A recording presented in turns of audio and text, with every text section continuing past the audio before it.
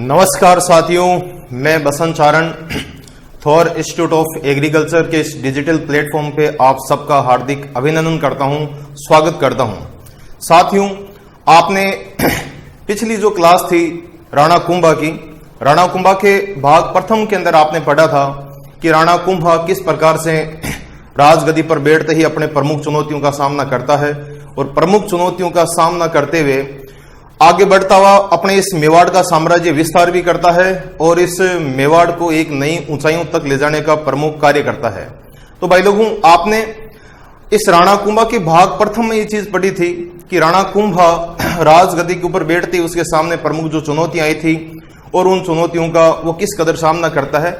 मैं चंद 5 मिनट के अंदर आपको पिछले जो क्लास थी भाग प्रथम उसका राणा कुंभा का थोड़ा संक्षिप्त में आपको इसका वर्णन करना चाहूंगा। देखिएगा, आज का अपना टॉपिक है राणा कुंभा।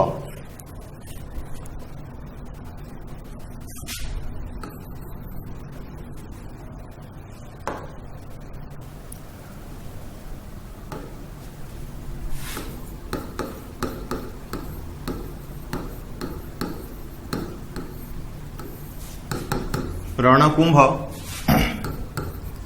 1433 से लेकर के 1468 तक इसका समयकाल था। राणा कुंभा के बारे में आपने पढ़ा था कि प्रमुख जो चुनौतियां थी, पिता के हथियारों से बदला लिया,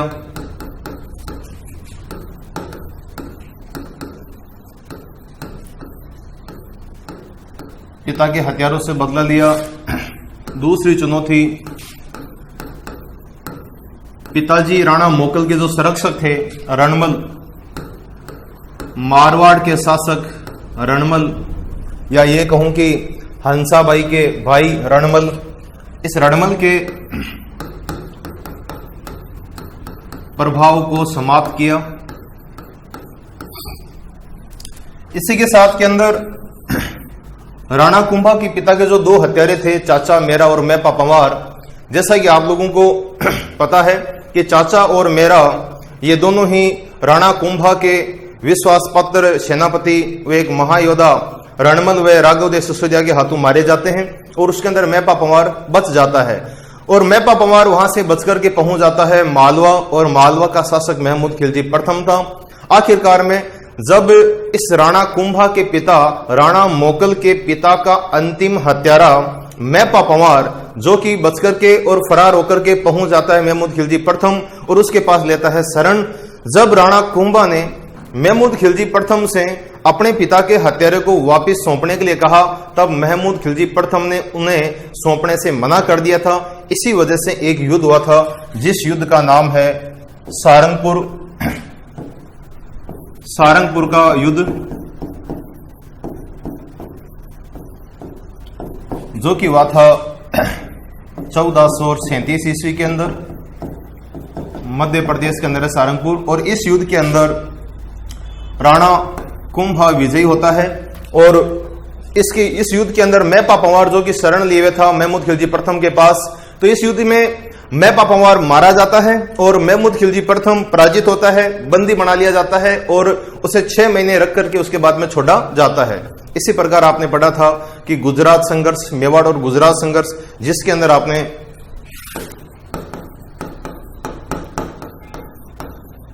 पढ़ा था कि इस गुजरात का जो शासक था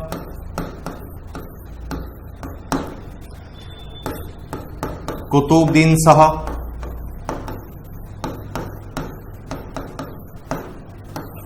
इस नागौर का शासक फिरोज खान की हो जाती है मृत्यु और उसकी मृत्यु होने के बाद में उसके 2 पुत्र, और वो 2 पुत्र जिनके अंदर हो जाता है उत्तराधिकारी को लेकर के संघर्ष, जिनमें एक का नाम था शम्स खां और दूसरा का नाम था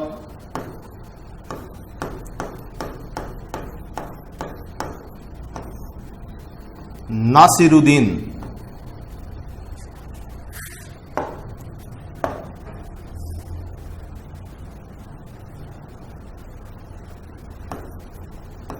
नासिरुद्दीन इस फिरोज खान की मृत्यु के बाद के अंदर ये जो शम्स खां है ये राजगद्दी पर बैठने का हकदार था, लेकिन नासिरुद्दीन इसका करता है विरोध। आखिरकार कहते हैं कि शम्स खां के द्वारा आखिर राणा कुंभा से सहायता मांगी जाती है।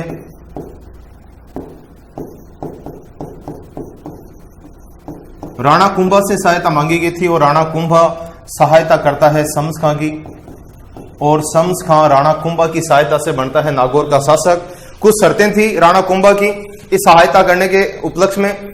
उस राणा कुंभा के द्वारा बताया गया था कि मैं आपको नागौर का शासक तो बना दूंगा, लेकिन आपको मेवाड़ को एक निश्चित कर देना पड़ेगा, प्रतिवर्ष आपको कर चुकाना पड़ेगा, गो हत्या बंद करनी पड़ेगी, और इस नागौर किले का आप जीर्णोद्धार नहीं करवाएंगे। ये 3 शर्तें हुई थी, लेकिन कहते हैं कि समय बीत जाने के बाद इंसान अपनी औकात भूल जाता है, और ये नागौर का जो शासक शम्स खां था, जो कि राणा कुंभा के आशीर्वाद से राजगद्दी पर बैठा था, ये कुछ ही समय के बाद में कर देना बंद कर देता है। गायों की हत्याएं उसी प्रकार से चल रही थी, और नागौर किले का भी वो फिर से जीर्णोद्धार करवाता है, उसके अंदर नव निर्माण कार्य करवाता है। इस बात का पता चलता है राणा कुंभा को, और राणा कुंभा इस बात से नाराज होकर के और इस शम्स खां के ऊपर करवा देता है आक्रमण, और इस प्रकार से ये शम्स खां के ऊपर आक्रमण करके और इसको करता है पराजित। और ये शम्स खां यहां से भाग करके, नागौर जब इसके हाथ से निकल जाता है तब ये यहां से भाग करके और सीधा पहुंच जाता है कुतुबुद्दीन शाह के पास। कुतुबुद्दीन शाह के पास में आता है और कुतुबुद्दीन शाह के पास में आकर के लेता है शरण। इस प्रकार से मेरे भाई लोगों, गुजरात का शासक कुतुबुद्दीन शाह, जिसका डायरेक्ट मेवाड़ के शासक राणा कुंभा से उस समय काल में किसी प्रकार की कोई दुश्मनी नहीं थी, लेकिन जो नागौर का जो शासक था शम्स खां, वो यहां से भाग करके जब गुजरात जाता है और वहां जाकर के शरण लेता है, इस बात से नाराज होकर के और राणा कुंभा और इस गुजरात के शासक कुतुबुद्दीन शाह के बीच के अंदर होगा भीषण युद्ध। इस युद्ध को कहा जाता है चंपानेर का युद्ध, और ये चंपानेर का युद्ध होता है 1456 के अंदर। और इस 1456 के इस युद्ध के अंदर ये कुतुबुद्दीन शाह राणा कुंभा के हाथों होता है बुरी तरह से पराजित। इस प्रकार से आपने पिछली क्लास के अंदर ये सब चीज पढ़ ली थी। सबसे पहले इसने इस सारंगपुर के युद्ध के अंदर यहां इस मालवा के शासक महमूद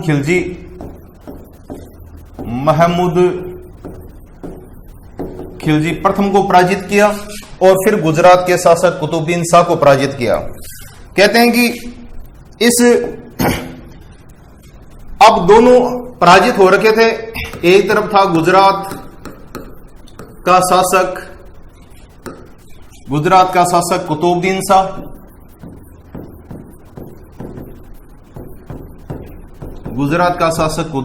कुतुबुद्दीन शाह, और दूसरा है आपके मालवा का शासक महमूद खिलजी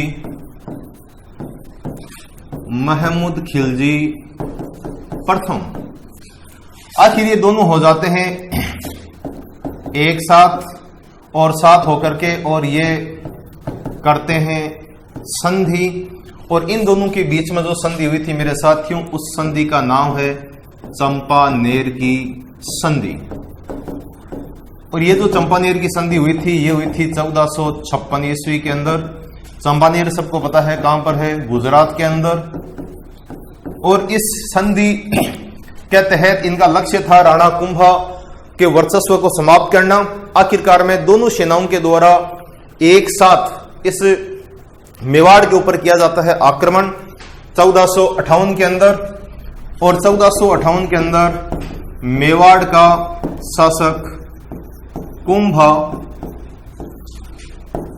जिसके ऊपर हुआ था आक्रमण 1458 ईस्वी के अंदर, मालवा और गुजरात की संयुक्त सेना के द्वारा, इन दोनों संयुक्त सेनाओं को राणा कुंभा करता है पराजित। और इस प्रकार से कुंभा होता है इसके अंदर विजयी। और इस विजय के उपलक्ष्य के अंदर बदनौर, जो कि है भीलवाड़ा के अंदर, इस बदनौर भीलवाड़ा के अंदर कुंभा के द्वारा बनाया जाता है कुशाल माता का मंदिर। इस प्रकार आपने राणा कुंभा के जीवन काल से जुड़ी जो प्रमुख घटनाएं थी, जो युद्ध थे, उनके बारे में आपने पढ़ा था बहुत ही विस्तार से भाग प्रथम के अंदर। अब मैं बात करता हूं राणा कुंभा की जीवन काल की प्रमुख उपलब्धियां, जिनके अंदर स्थापत्य के अंदर भी बहुत बड़ी उपलब्धियां हैं और साथ में साहित्यिक रूप से भी बहुत बड़ी उपलब्धियां हैं। तो शुरुआत करते हैं राणा कुंभा की प्रमुख स्थापत्य।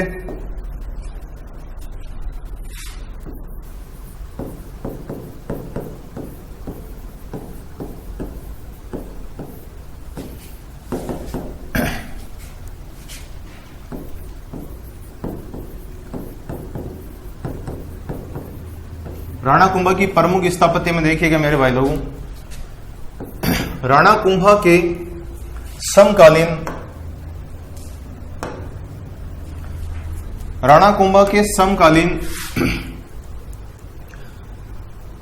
एक प्रमुख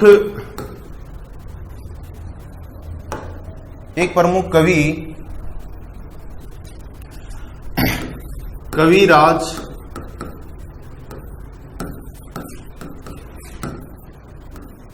श्यामलदास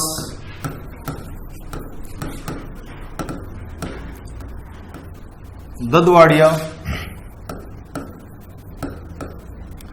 ये श्यामलदास ददवाड़िया जिसके द्वारा एक ग्रंथ लिखा गया था वीर विनोद ग्रंथ। वेरी इंपॉर्टेंट मेरे भाई लोगों, कविराज श्यामलदास ददवाड़िया के द्वारा एक ग्रंथ लिखा जाता है वीर विनोद, और इस वीर विनोद ग्रंथ के अंदर ये कविराज श्यामलदास ददवाड़िया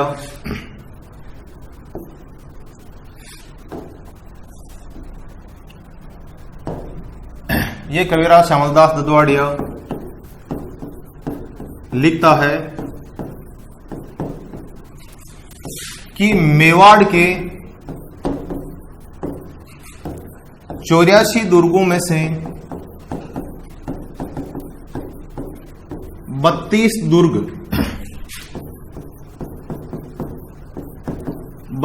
दुर्गों का निर्माता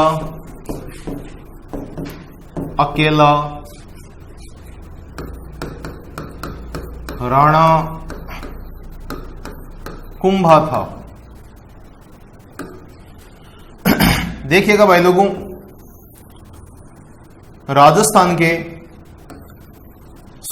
मेवाड़ के 84 दुर्गों में से 32 दुर्गों का अकेला निर्माता किसको कहा गया है? राणा कुंभा को। ये बात कहने वाला बंदा कौन है? कविराज श्यामलदास ददवाड़िया, एक चारण कवि। तो इस बंदे के द्वारा जो ग्रंथ लिखा गया उसका नाम है वीर विनोद। इस प्रकार से, इसी वजह से राणा कुंभा को कहा जाता है राजस्थान की स्थापत्य कला का जनक।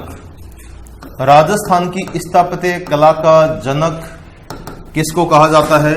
राणा कुंभा को। राणा कुंभा को राजस्थान की स्थापत्य कला का जनक क्यों कहा जाता है? क्योंकि कविराज श्यामलदास ददवाड़िया वीर विनोद नामक ग्रंथ में लिखता है कि मेवाड़ के 84 दुर्गों में से 32 दुर्गों का निर्माता अकेला राणा कुंभा था। तो भाई लोगों, इस प्रकार से राणा कुंभा ने स्थापत्य कला में बड़ा योगदान है।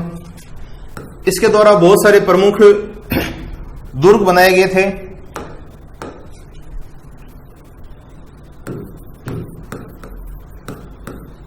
कुंभा द्वारा निर्मित प्रमुख दुर्ग देखिएगा,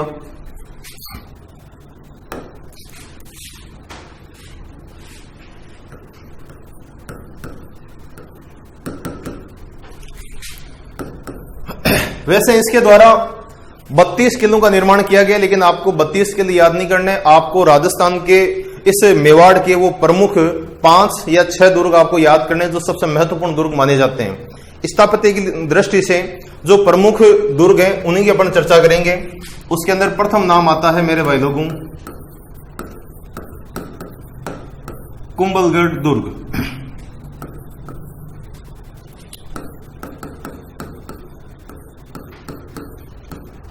बसंतगढ़ दुर्ग,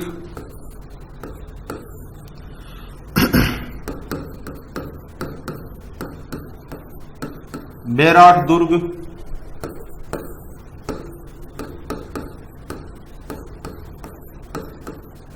भोमट दुर्ग,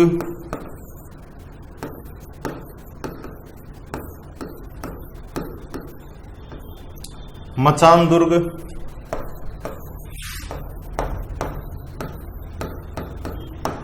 अचलगढ़ दुर्ग, कुंभलगढ़ दुर्ग,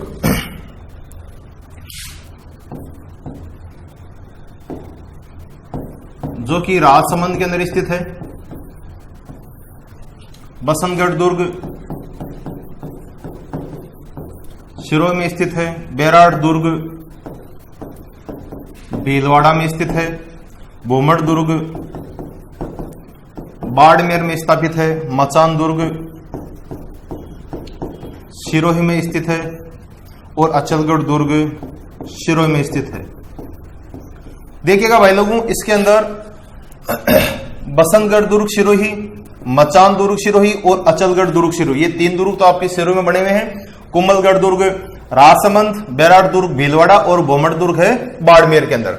आपके इस राजस्थान के इतिहास के अंदर आपने पढ़ा होगा, सभ्यताओं के अंदर एक सभ्यता आती है बेराट सभ्यता। और बेराट सभ्यता जैसा कि आप लोगों को पता है अभी वर्तमान समय काल के अंदर जो कि जयपुर के अंदर स्थित है, ये बेराट जिसका प्राचीन जो नाम था वो था विराट नगर।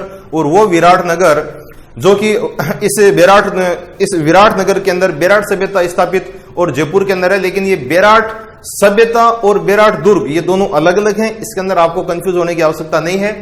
बेराट दुर्ग भीलवाड़ा के अंदर है और बेराट सभ्यता जयपुर के अंदर स्थित है। इन सभी जितने भी किले हैं, इन किलों से भाई लोगों सर्वाधिक जो क्वेश्चन पूछा जाता है वो पूछा जाता है आपके कुंभलगढ़ दुर्ग से। जैसा कि आपको पता है कि जो कुंभलगढ़ दुर्ग है, इस कुंभलगढ़ दुर्ग से जो सबसे महत्वपूर्ण जो चीज पूछी जाती है वो पूछी जाती है मेरे साथियों, इस दुर्ग की जो इसकी प्राचीर है, चारों तरफ की जो प्राचीर है ये वेरी इंपॉर्टेंट है। इस प्राचीर की जो लंबाई है, ये लंबाई है मेरे साथियों 36 किलोमीटर। 36 किलोमीटर इसकी प्राचीर की लंबाई है। इसी किले के अंदर कुंभलगढ़ दुर्ग के अंदर एक और दुर्ग बना हुआ है, एक और दुर्ग बना हुआ है जिसका नाम है कटारगढ़। कटार नुमा इसकी आकृति होने की वजह से इसे कटारगढ़ कहा जाता है। तो ये वो कुंभलगढ़ दुर्ग है जिस दुर्ग के अंदर एक दुर्ग कटारगढ़, और यही वो कटारगढ़ है जिसके अंदर सबसे ऊपर स्थित जो महल है, इस महल का नाम है मेरे भाई लोगों बादल महल। इसका नाम बादल इसलिए रखा गया कि इतनी ऊंचाई पर स्थित है कि बादलों से बातें करता है, या कह सकते हो कि बादल भी इसके नीचे रहते हैं, इस प्रकार की ऊंचाई प्राप्त किया हो। ये इसी वजह से कहा जाता है कि अधिक ऊंचाई, और साथ ही साथ इस बादल महल के अंदर जो कि राणा कुंभा का प्रमुख निवास स्थान था, निवास महल था, यहां पर बैठ करके वो पूरे के पूरे मेवाड़ के ऊपर निगरानी रखा करते थे। इसीलिए इसे मेवाड़ की आंख भी कहा जाता है। कटारगढ़ को कहा जाता है मेवाड़ की आंख। वेरी इंपॉर्टेंट क्वेश्चन मेरे साथियों, मेवाड़ की आंख किस किले को कहा गया है? कटारगढ़ किले को। कटारगढ़ किला कहां पर स्थित है? कुंभलगढ़ दुर्ग के अंदर। और कुंभलगढ़ दुर्ग की प्राचीर, या कह सकते हो कि इसकी चारों तरफ की जो 4 दीवारी है उसकी लंबाई कितनी है? 36 किलोमीटर। भाई लोगों, इस प्राचीर की जो चौड़ाई है उस चौड़ाई के बारे में कहा जाता है कि इसकी जो प्राचीर की जो चौड़ाई वो इतनी है कि इसके ऊपर 4 से 5 घुड़सवार एक साथ चल करके और चारों तरफ निगरानी कर सकते थे। इस प्रकार से अपनी एक विशेष चौड़ाई लिए हुए और एक बहुत बड़ी लंबाई को प्राप्त किए हुए ये ऐतिहासिक दुर्ग है जिसका नाम है कुंभलगढ़ दुर्ग। यही वो कुंभलगढ़ दुर्ग है जिसके इस कुंभलगढ़ दुर्ग में कटारगढ़ के अंदर बादल महल, और इस बादल महल के साथ एक सबसे बड़ा इतिहास जो जुड़ा हुआ है वो है प्रताप, महाराणा प्रताप का जन्म। महाराणा प्रताप का जन्म भी इसी किले के अंदर हुआ था 9 मई 1540 ईस्वी को। 9 मई 1540 ईस्वी कुंभलगढ़ दुर्ग के अंदर कटारगढ़ में बादल महल के अंदर महाराणा प्रताप का होता है जन्म। तो इस प्रकार से भाई लोगों आपको ये मुख्य रूप से 5 से 6 किलों को आपको पढ़ना है और यही आपके एग्जाम के अंदर पूछे जाएंगे। ठीक है साथियों, आगे बढ़े। प्रमुख किलों के बाद में बात करते हैं। इस राणा कुंभा के द्वारा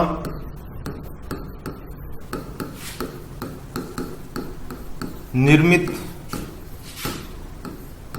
प्रमुख मंदिर, इसके द्वारा निर्मित प्रमुख जो मंदिर हैं उसके अंदर देखिएगा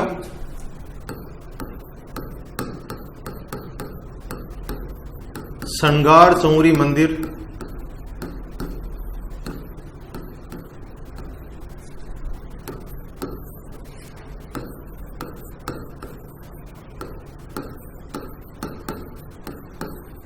कुंभ श्याम मंदिर। श्रृंगार चौरी मंदिर चित्तौड़गढ़ में स्थित है, चित्तौड़गढ़ किले के अंदर स्थित है। कुंभ श्याम मंदिर भी चित्तौड़गढ़ किले के अंदर स्थित है। इसी प्रकार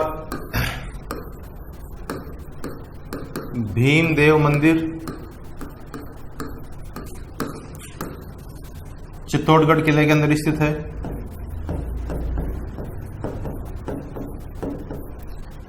भाई लोगों कुंभ श्याम नामक एक मंदिर कुंभिया कुंभा स्वामी मंदिर कुंभलगढ़ किले के अंदर भी स्थित है।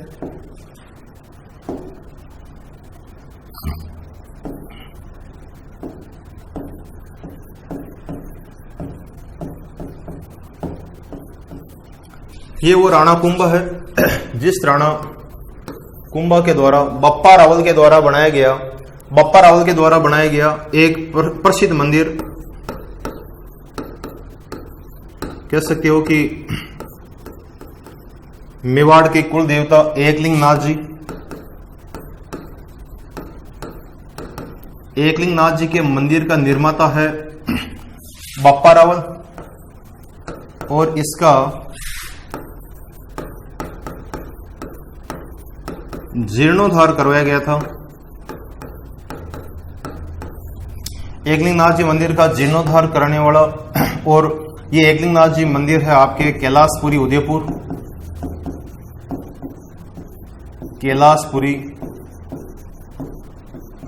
उदयपुर। इसी प्रकार से एक और मंदिर विष्णु मंदिर भी कैलाशपुरी उदयपुर के अंदर राणा कुंभा के द्वारा निर्मित मंदिर है। तो देखिएगा मेरे भाई लोगों, श्रृंगार चौरी मंदिर राणा कुंभा की पुत्री जिसका नाम था रमाबाई, इस रमाबाई की जो विवाह के समय काल के अंदर जो चौरी बनाई गई थी, उस चौरी को यादगार बनाए रखने के वास्ते वहां पर ही इस चित्तौड़गढ़ किले में ही उसी चौरी के स्थान पर वहीं पर एक मंदिर बनाया गया जिसको श्रृंगार चौरी मंदिर कहा जाता है। दूसरा है कुंभ श्याम मंदिर जो कि चित्तौड़गढ़ में, भीमदेव मंदिर भी चित्तौड़गढ़ के अंदर, कुंभ या कुंभा स्वामी मंदिर कुंभलगढ़ के अंदर। याद रखना कुंभ श्याम और ये कुंभ श्याम दोनों अलग अलग हैं और ये दोनों एक चित्तौड़गढ़ के अंदर है, एक है आपके कुंभलगढ़ के अंदर। फिर है एकलिंग नाथ जी का मंदिर जो कि एकलिंग नाथ जी के मंदिर का निर्माता, इसका निर्माता बप्पा रावल, वास्तविक इसका निर्माता जो था वो है बप्पा रावल।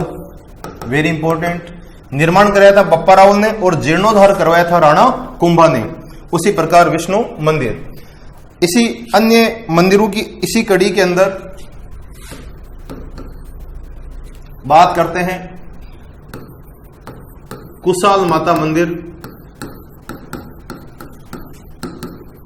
कुशाल माता मंदिर जो कि है बदनौर भीलवाड़ा के अंदर। भाई लोगों, आप सबको पता है कि राणा कुंभा ने मालवा व गुजरात की संयुक्त सेना को पराजित करने के उपलक्ष्य में, उस विजय के उपलक्ष्य में इस बदनौर के अंदर कुशाल माता के मंदिर का निर्माण करवाया था। इन्हीं मंदिरों के अंदर एक प्रमुख मंदिर है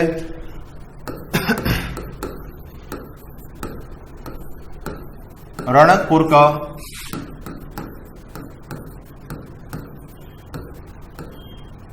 जैन मंदिर। रणकपुर है आपके पाली के अंदर। रणकपुर के जैन मंदिर के बारे में अपन थोड़ा सा विस्तार से पढ़ेंगे। रणकपुर का जैन मंदिर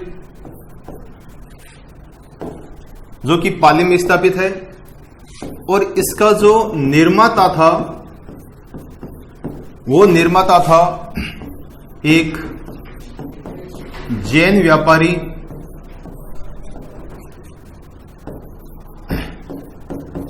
धरणक शाह या धारण शाह, धरणक शाह या धारण शाह। इसके लिए जमीन दी थी राणा कुंभा ने, जमीन दान में दी थी इसे मंदिर को बनाने के वास्ते। ये सफेद संगमरमर से निर्मित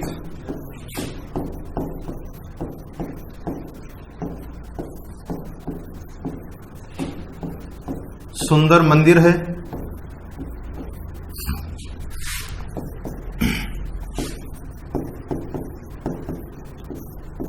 ये जैनियों के प्रथम तीर्थकर भगवान आदिनाथ या भगवान आदिनाथ को ऋषभ देव जी भी कहा जाता है।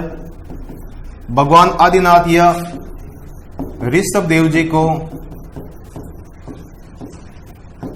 समर्पित इमारत है, समर्पित इमारत या ऐसा मंदिर कह सकते हो, मंदिर है। भाई लोगों, रणकपुर का जैन मंदिर, इसका देखिएगा जो कारीगर था, वास्तुकार था या जिसे शिल्पी कहा जाता है, इसका शिल्पी है देपाक। एक बार इतना ध्यान कीजिएगा, रणकपुर का जैन मंदिर कहां पर है? पाली के अंदर। इसका निर्माता जैन व्यापारी धरण शाह या धरणक शाह। जमीन इस मंदिर के वास्ते जमीन दी थी राणा कुंभा ने और ये सफेद संगमरमर से निर्मित बहुत ही सुंदर मंदिर है और ये जैनियों के प्रथम तीर्थकर भगवान आदिनाथ या ऋषभ देव जी को समर्पित मंदिर है और इसका शिल्पी है देपाक। ये भी इस मंदिर का वर्णन अभी क्रमश से चलता रहेगा।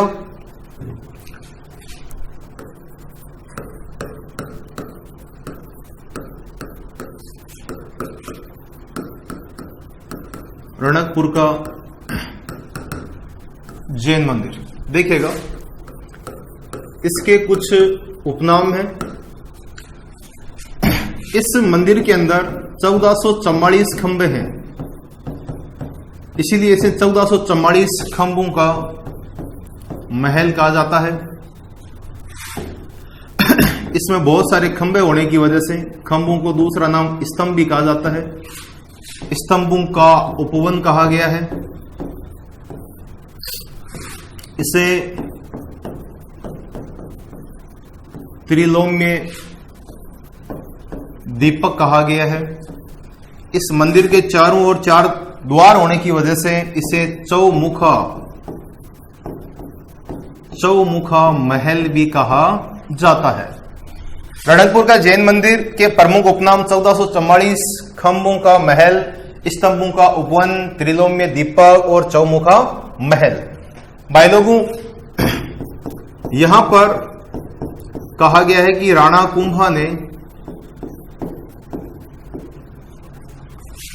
कुंभा ने यहां पर इस मंदिर की दीवारों पर या इस मंदिर में रणकपुर प्रशस्ति लिखवाई थी।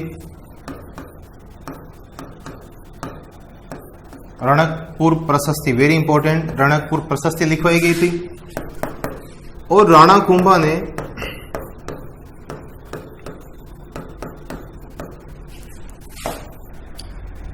इस मंदिर के सामने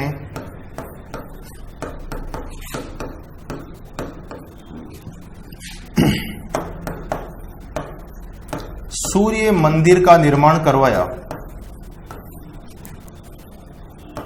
सूर्य मंदिर का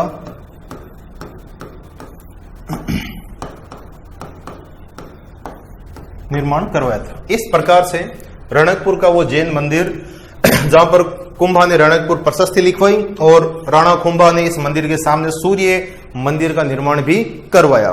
तो यह था आपका रणकपुर का जैन मंदिर। तो राणा कुंभा के द्वारा जो बनाए गए जो प्रमुख किले थे उनको आपने पढ़ा, राणा कुंभा के द्वारा बनाए गए प्रमुख मंदिरों को आपने पढ़ा। अब अपन बात करेंगे इसके अलावा जो प्रमुख जो स्थापत्य है उन प्रमुख स्थापत्य में नाम आता है राणा कुंभा के द्वारा मालवा विजय के उपलक्ष्य में बनाया गया विजय स्तंभ। ये विजय स्तंभ जो कि चित्तौड़गढ़ दुर्ग में स्थित है। विजय स्तंभ के बारे में देखिएगा। मालवा विजय के उपलक्ष्य में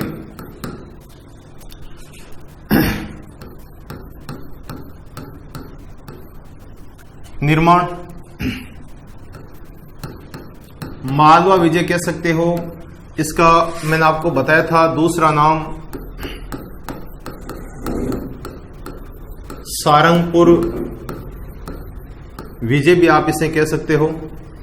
तो मालवा विजय या सारंगपुर विजय के उपलक्ष्य में राणा कुंभा ने इसका निर्माण कराया था। निर्माता जैसा कि आपको पता है कि राणा कुंभा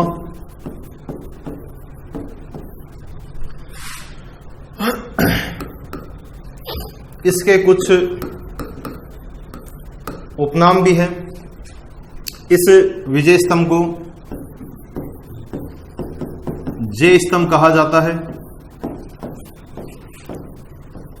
इसे विक्ट्री टावर कहा जाता है,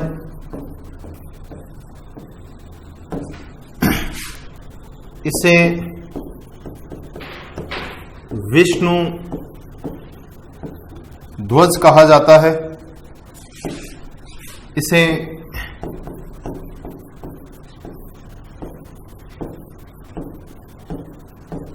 भारतीय मूर्तिकला का विश्व कोश कहा जाता है,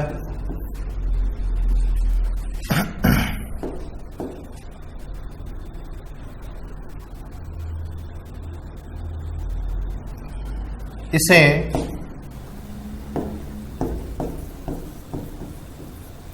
हिंदू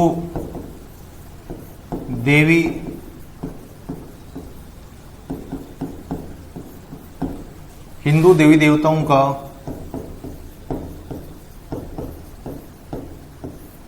अजायब घर भी कहा जाता है। तो इसके उपनाम है जय स्तंभ, विक्ट्री टावर, विष्णु ध्वज, भारतीय मूर्तिकला का विश्व कोश, हिंदू देवी देवताओं का अजायब घर। भाई लोगों, विजय स्तंभ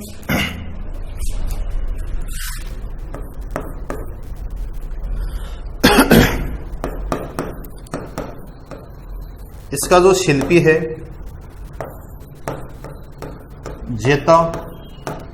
जेता के 3 पुत्र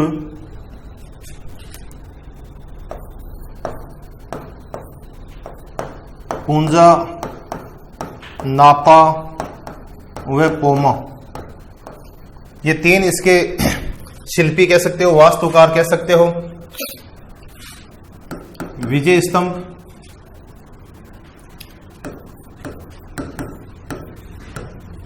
9 मंजिल 120 फीट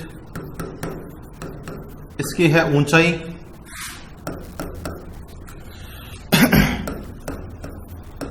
इस स्तंभ के अंदर 157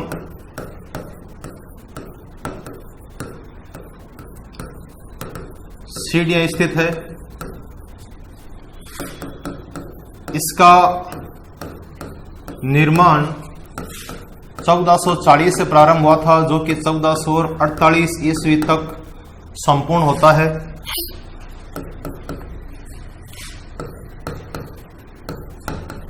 ये स्तंभ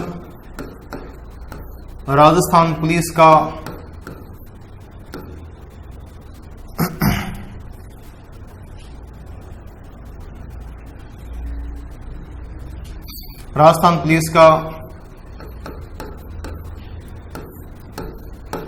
प्रतीक चिन्ह है। इससे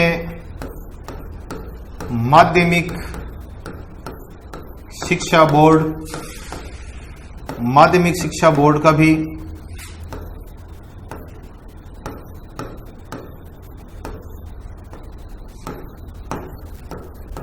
प्रतीक चिन्ह माना गया है।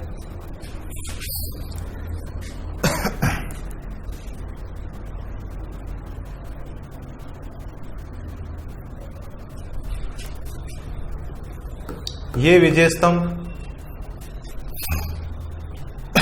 जिसके बारे में विदेशी इतिहासकार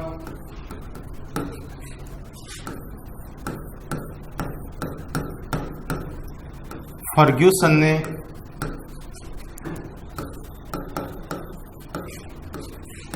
इसकी तुलना, वेरी इंपॉर्टेंट मेरे भाई लोगों,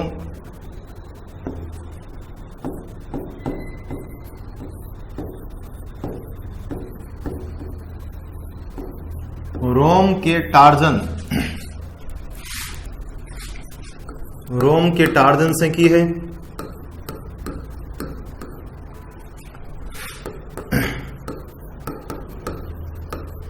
इसकी तीसरी मंजिल पर 9 बार अरबी भाषा में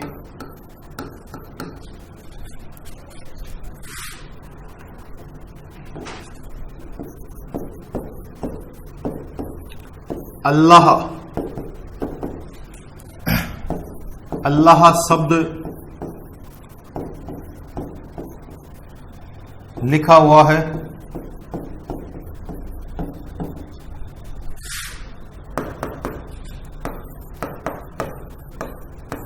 इसकी 9वीं मंजिल बिजली गिरने के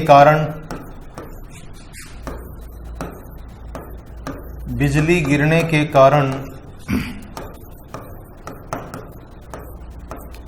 ध्वस्त हो गई थी।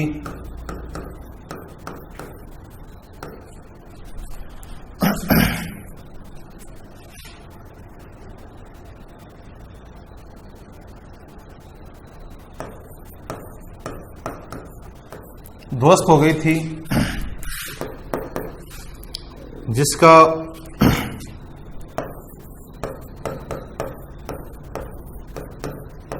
जीर्णोद्धार उस समय के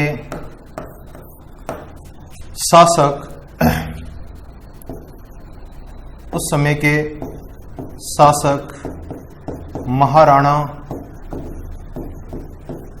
स्वरूप सिंह ने करवाया था।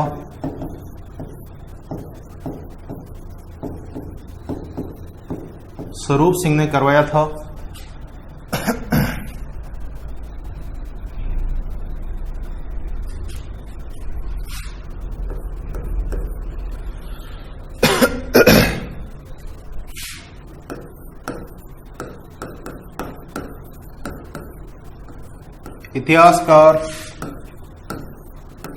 कर्नल जेम्स टोड ने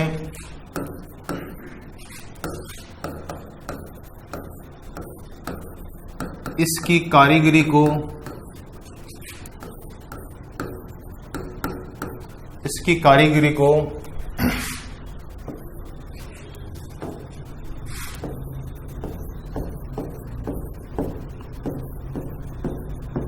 कुतुब मीनार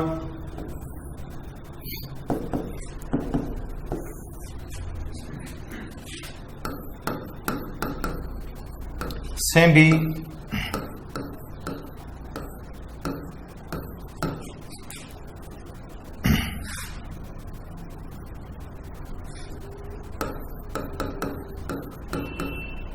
शानदार बताया है।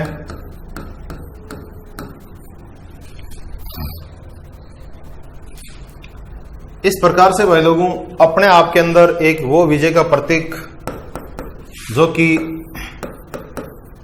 राणा कुंभा के आराध्य देव भगवान विष्णु को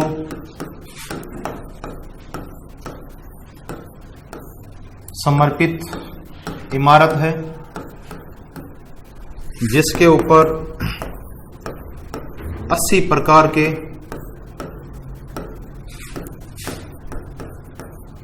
हिंदू देवी देवताओं की 80 प्रकार के हिंदू देवी देवताओं की मूर्तियां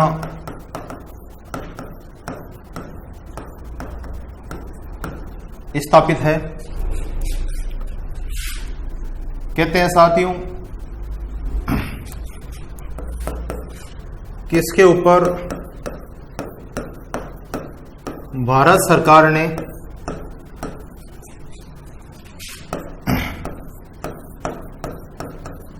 15 अगस्त 1949 ईस्वी को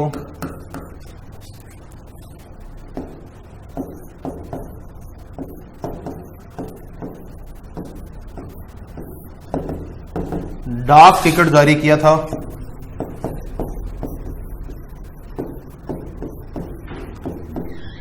पंद्रह अगस्त 1949 भारत सरकार के द्वारा जिस इमारत के ऊपर डाक टिकट जारी किया गया था वो इमारत है साथियों विजय स्तंभ। आज आपको ज्यादा से ज्यादा लिखने का काम रहेगा, इनको बहुत अच्छी तरह से समझ करके इनको अच्छी तरह याद करना पड़ेगा साथियों, क्योंकि आज कोई युद्ध नहीं हो रहे हैं जिनको आपको मैं बखान करूं।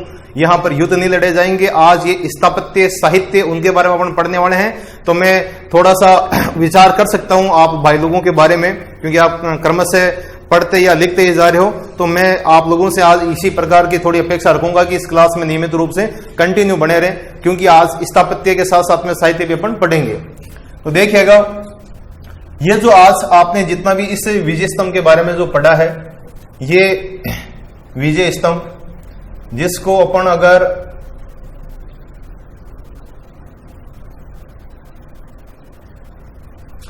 अब आप इसे थोड़ा सा समझने का प्रयास कर सकते हो। यह है आपका पूरा का पूरा विजय स्तंभ, जिसको आप अगर इसके स्क्रीनशॉट लेना चाहो तो स्क्रीनशॉट लेकर के इसे बहुत अच्छी प्रकार से आप नोट्स के रूप में बना सकते हो। तो यह था विजय स्तंभ। ठीक है साथियों, बढ़ते हैं आगे।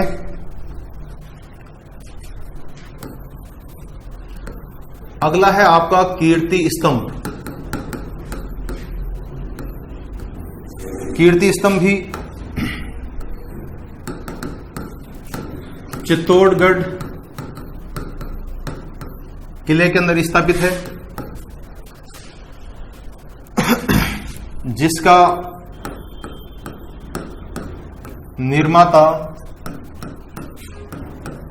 जैन व्यापारी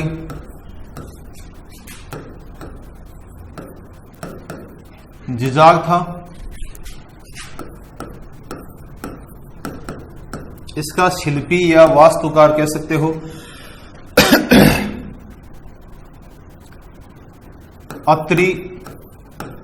अत्रि भट्ट। इस कीर्ति स्तंभ की लिखने की शुरुआत की थी अत्रि भट्ट ने, लेकिन ये इसे संपूर्ण नहीं कर पाया था और इसकी मृत्यु हो जाती है। इस वजह से अत्रि भट्ट का जो पुत्र था महेश भट्ट, जिसने इस कीर्ति प्रशस्ति को पूरा लिखने का कार्य किया था। कीर्ति प्रशस्ति यानी कि जो मेवाड़ के इतिहास को बहुत अच्छी प्रकार से लिखे, या कह सकते हो राणा कुंभा के इतिहास को लिखने का कार्य। तो अत्रि भट्ट वह इसका जो पुत्र था महेश भट्ट, इसके द्वारा ये लिखा गया था, शुरू किया था अत्रि भट्ट ने, लेकिन पूरा किया महेश भट्ट ने। कीर्ति स्तंभ भाई लोगों,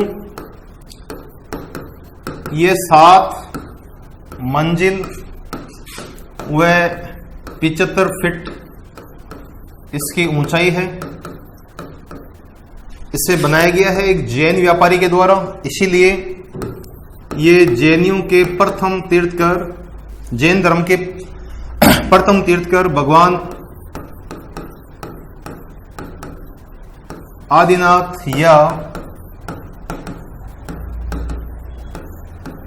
ऋषभ देव जी को ही समर्पित इमारत है।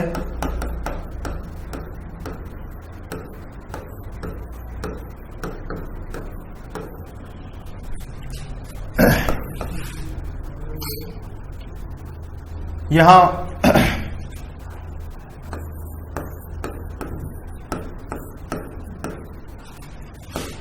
कुंभा ने यहां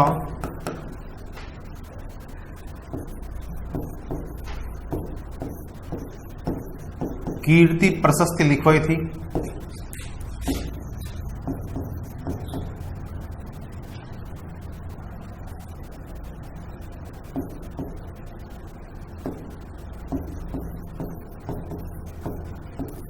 और यह जो कीर्ति प्रशस्ति है, इस कीर्ति प्रशस्ति के जो लेखक हैं वही होंगे अत्रि व पुत्र महेश। इस प्रकार से मेरे भाई लोगों यह है कीर्ति स्तंभ। ये जो कीर्ति स्तंभ है, ये कीर्ति स्तंभ जो कि विजय स्तंभ,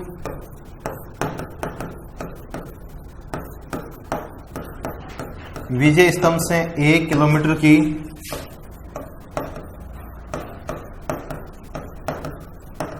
दूरी पर स्थित है।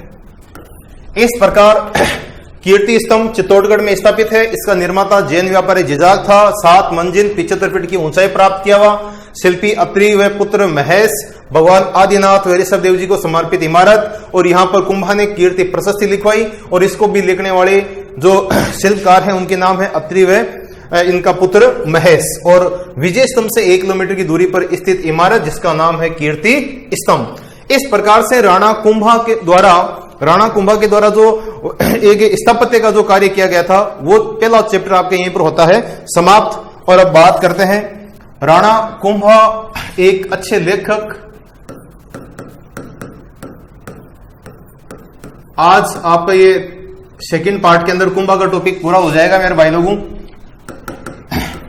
राणा कुंभा एक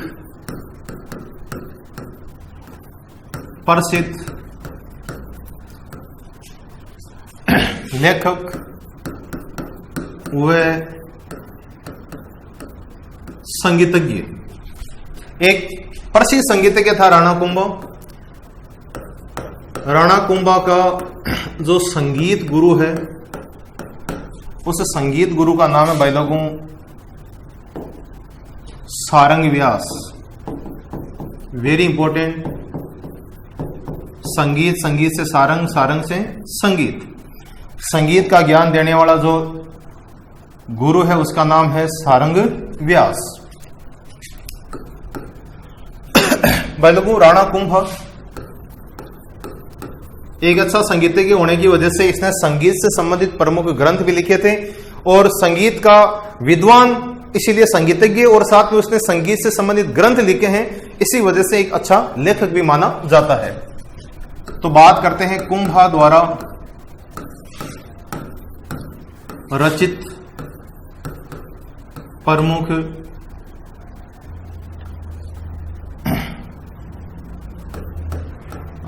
प्रमुख ग्रंथ।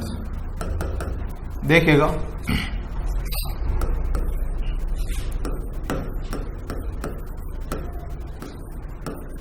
संगीत राज,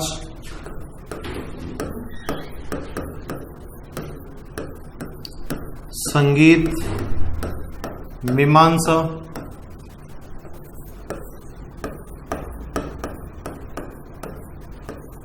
संगीत रत्नाकर,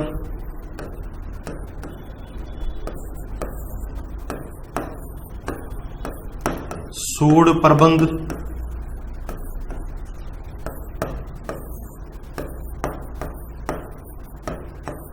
सुधा प्रबंध,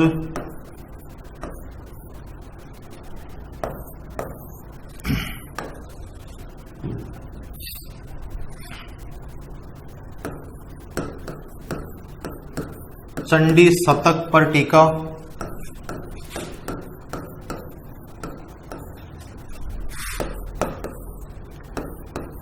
गीत गोविंद, गीत गोविंद पर टीका। गीत गोविंद पर जो टीका लिखी गई थी उसका नाम है रसिक प्रिया। रसिक प्रिया और गीत गोविंद आप सब लोगों को पता है कि गीत गोविंद जो ग्रंथ है, इस ग्रंथ का जो लेखक है उस लेखक का नाम है जयदेव।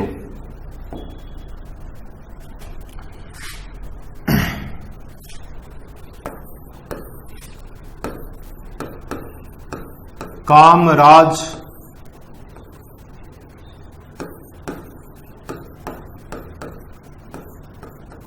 रतिसार।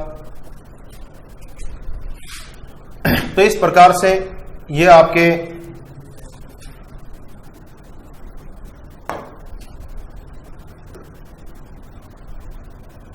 राणा कुंभा के द्वारा रचित प्रमुख ग्रंथ है।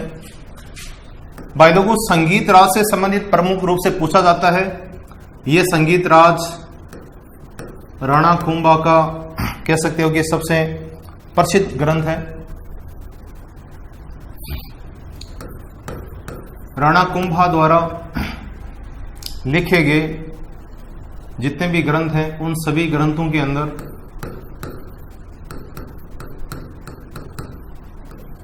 सर्वश्रेष्ठ ग्रंथ, इस ग्रंथ को संगीत राज को 5 भागों में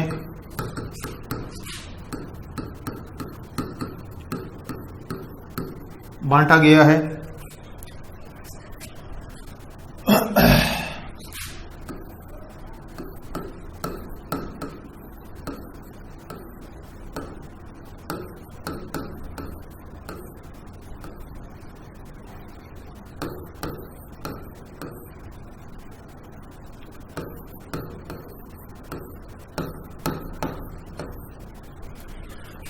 पाठ्य, नाट्य, गीत, वाद्य व रस, इस प्रकार से इसको 5 भागों के अंदर बांटा गया मेरे साथियों।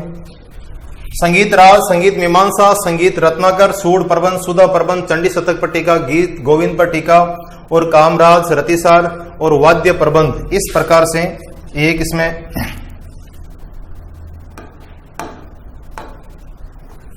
और पढ़ लीजिएगा,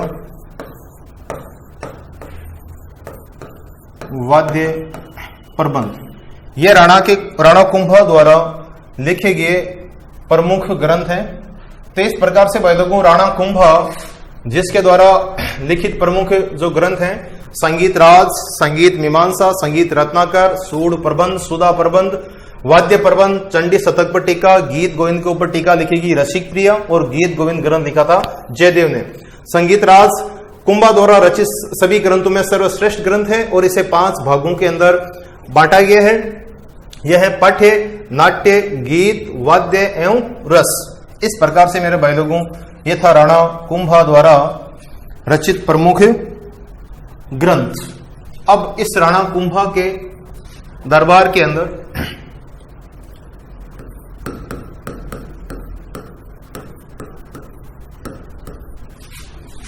राणा कुंभा का एक प्रसिद्ध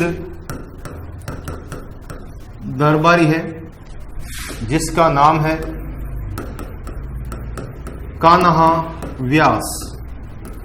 और ये कान्हा व्यास वो दरबारी है जो जिसे कुंभा का दरबार के अंदर एकमात्र निश्चित वेतन लेने वाला वेतनिक दरबारी। निश्चित वेतन के ऊपर रखा गया जो दरबारी था, एकमात्र वेतनिक दरबारी। कान्हा व्यास के द्वारा एक प्रमुख ग्रंथ लिखा गया था,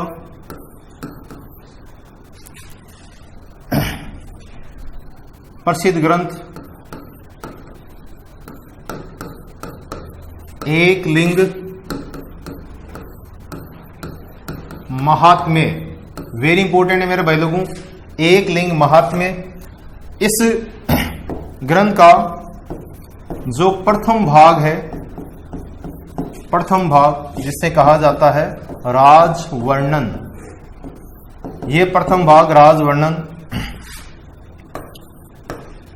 इस राजवर्णन को कहते हैं कि स्वयं कुंभा ने लिखा था। और ये क्वेश्चन काफी बार पूछा गया मेरे साथियों कि एकलिंग महात्म्य का प्रथम भाग राजवर्णन किसके द्वारा लिखा गया। अपने दिमाग में आता है कि एकलिंग महात्म्य लिखा गया है कान्हा व्यास। इस कान्हा व्यास का कुछ पुस्तकों के अंदर इसे कान्हड़ व्यास भी मिलता है, तो आपको कंफ्यूज होने की आवश्यकता नहीं है। कान्हा व्यास या कान्हड़ व्यास ये एक ही बंदा था जो राणा कुंभा के दरबार में एक प्रसिद्ध वेतनिक दरबारी था। तो एकलिंग महात्म्य का प्रथम भाग राजवर्णन को लिखा गया कुंभा के द्वारा, और बाकी इसका जो सेकंड पार्ट है, दूसरा भाग है, उसको लिखा गया है कान्हा व्यास के द्वारा। इसी प्रकार मेरे भाई लोगों, इस राणा कुंभा की एक पुत्री थी जिसका नाम था रमाबाई।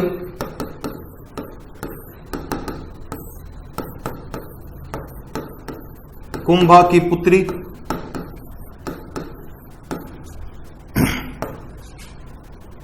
जिसका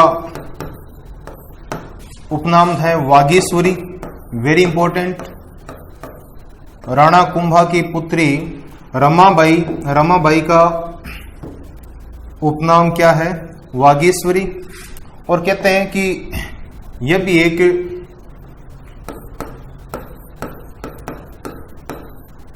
प्रसिद्ध संगीतज्ञ थी मेरे साथियों। इस प्रकार से यह हो गया आपका एक प्रसिद्ध दरबारी कान्हड़ व्यास, वह है राणा कुंभा की पुत्री रमाबाई का वर्णन। अब अपन बात करते हैं इस राणा कुंभा का एक प्रसिद्ध शिल्पी जिसके द्वारा कुंभा को स्थापत्य कला का जनक कहलवाया गया था।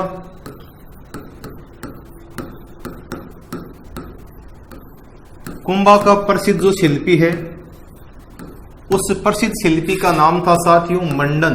वेरी इंपॉर्टेंट, मंडन कुंभा का प्रसिद्ध शिल्पी। मंडन गुजरात से था, गुजरात का वासी था। मंडन के द्वारा भी बहुत सारे वास्तु से संबंधित ग्रंथ लिखे गए थे। मंडन द्वारा रचित प्रमुख ग्रंथ को देखिएगा।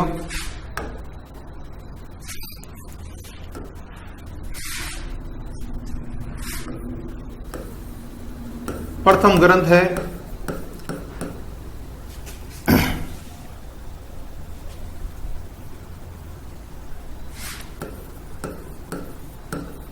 राजवल्लभ, दूसरा है देवता मूर्ति प्रकरण, देवता मूर्ति प्रकरण, रूप मंडन,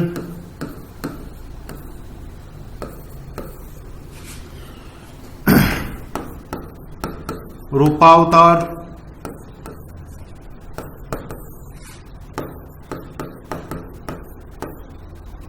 वास्तुसार,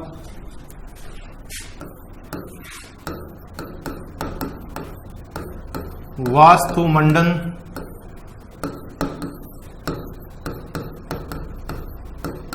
वास्तु शास्त्र,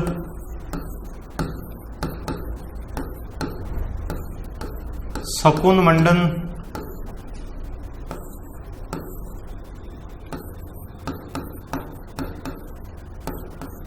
प्रासाद मंडन,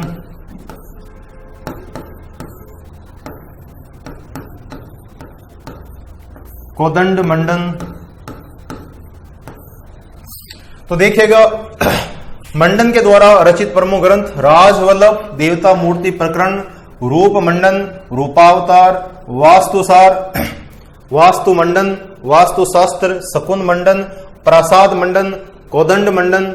इस प्रकार से ये है मंडन के द्वारा, इस कुंभा का प्रसिद्ध जो शिल्पी है मंडन, उसके द्वारा लिखित प्रमुख ग्रंथ। अब भाई लोगों, इसी मंडन से इसके जुड़े हुए 2 और पात्र हैं जिनको अपन पढ़ लेते हैं, उसी के साथ में फिर आपका ये चैप्टर पूरा हो जाएगा।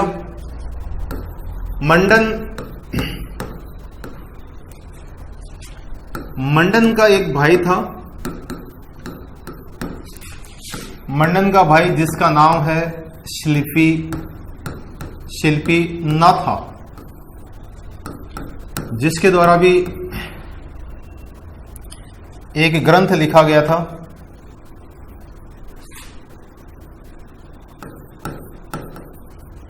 और वो ग्रंथ है वास्तु मंजरी।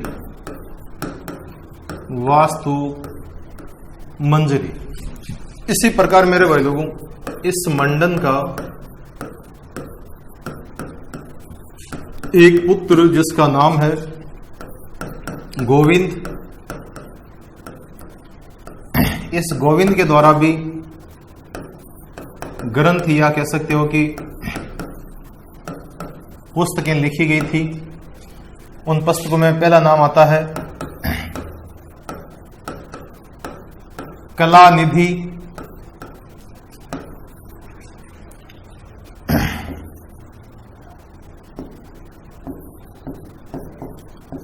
द्वार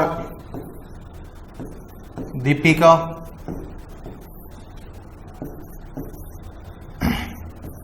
और उद्धार धोरिणी। इस प्रकार से मंडन खुद एक बहुत अच्छा शिल्पी होने के साथ साथ में एक अच्छा लेखक था। उसका जो भाई है शिल्पी ना था, वे भी एक अच्छे लेखक हैं जिनके द्वारा वास्तु मंजरी नामक ग्रंथ लिखा गया। और इस शिल्पी मंडन का पुत्र जिसका नाम है गोविंद, उस गोविंद के द्वारा भी 3 ग्रंथ लिखे गए, कला निधि, द्वार दीपिका और उद्धार धोरिणी। इस प्रकार से राणा कुंभा के ये प्रमुख विद्वान या आप कह सकते हो प्रमुख शिल्पकार थे, जिनकी बदौलत राणा कुंभा को इतिहास में राजस्थान की स्थापत्य कला का जनक कहा जाता है। साथियों, ये राणा कुंभा जिसके समय काल की प्रमुख उपलब्धियां, जिसके समय काल के प्रमुख उसके द्वारा रचित प्रमुख ग्रंथ, उसके द्वारा प्रमुख स्थापत्य के अंदर जो मंदिर हैं और जितने भी दुर्ग बनाए गए हैं, ये सभी वो चीजें, ये सभी वो विषय है जो कि आपके काफी बार एग्जाम में से पूछा जाता है। राजस्थान के इतिहास के अंदर सबसे ज्यादा अगर आपको ऐतिहासिक रूप से जो वर्णन है वो राणा कुंभा का है, सबसे बड़ा है, महत्वपूर्ण भी है, और इसमें से एक क्वेश्चन जरूर पूछा जाता है। मैंने राणा कुंभा के जीवन की जो प्रमुख घटनाएं थी, युद्ध की प्रमुख घटनाएं या सैनिक अभियान कह सकते हो, वो राणा कुंभा के भाग प्रथम के अंदर उसका विस्तृत वर्णन किया हुआ है। और दूसरा जो आज का भाग है, इस भाग के अंदर आपको राणा कुंभा के जीवन काल से संबंधित जितनी भी उसकी उपलब्धियां हैं, स्थापत्य, उनका वर्णन है। अब बात करता हूं उस महायोद्धा की जो जीवन में अपने किसी के सामने ना कभी झुका था, ना कभी गिरा था, ना कभी हार मानी थी, और आखिरकार के अंदर वो बंदा अपनों के आगे हार जाता है, अपनों के सामने वो एक कह सकते हो कि झुक जाता है। और उसे झुकाने वाला कोई दूसरा नहीं, उसे कोई झुकाने वाला तो नहीं था, लेकिन कम से कम वो जिसके सामने आखिरकार में एक विश्वासघात जिसके साथ हो जाता है। तो उस कुंभा का जो अंतिम जो समय है और उसकी जो मृत्यु है, उसको पढ़ करके इस चैप्टर को पूरा करना चाहेंगे। राणा कुंभा जो किसी के सामने ना कभी गिरा था, ना कभी झुका था, आखिरकार ये राणा कुंभा कहते हैं कि इसे अपने अंतिम दिनों में या कह सकते हो कि वृद्धावस्था में उन्माद नामक रोग हो गया था।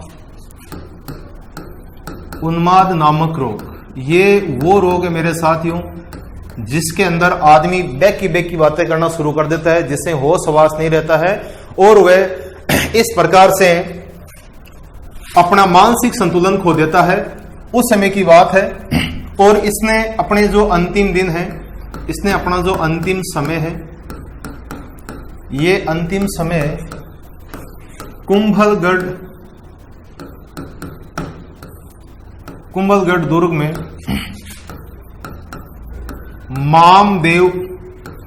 नामक इस कुंड के पास के अंदर ही इसने अपना अंतिम समय बिताया था। जिस समय काल के अंदर इसे उन्माद रोग हो रखा था, उस समय काल में कहते हैं मेरे साथियों, राणा कुंभा का एक महत्वाकांक्षी पुत्र जिसका नाम था उदय सिंह, जिसे इस मेवाड़ में कहा जाता है। मेवाड़ में इसका दूसरा प्यार का नाम था उदा। इस उदा ने